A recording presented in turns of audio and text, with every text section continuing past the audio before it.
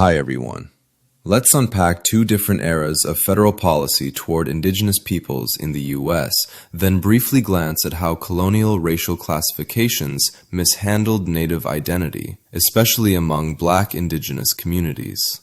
Misclassification/reclassification of Negro indigenous Indian groups during colonial U.S.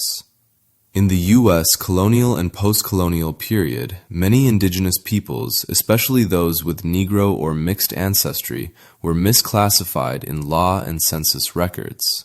For example, the state of Virginia's Racial Integrity Act of 1924 lumped indigenous Americans into white or colored only, erasing separate Indian identity.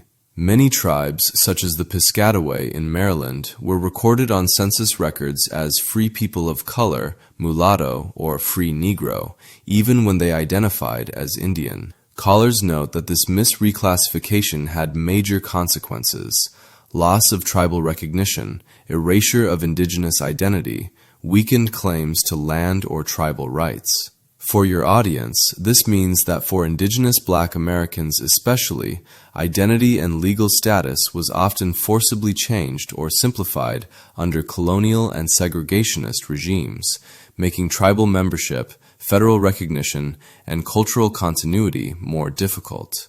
So, in summary, and underlying it all is a long history of indigenous peoples, especially Black indigenous communities, being misclassified and legally erased by race laws.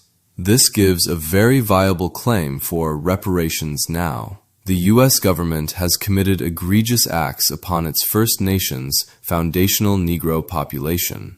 We are still here in every town, city, and crevice of this land. Never have we been immigrants, nor will we ever be immigrants. We are First Nation people. Thanks for watching. Please like, subscribe, and share if you found this enlightening.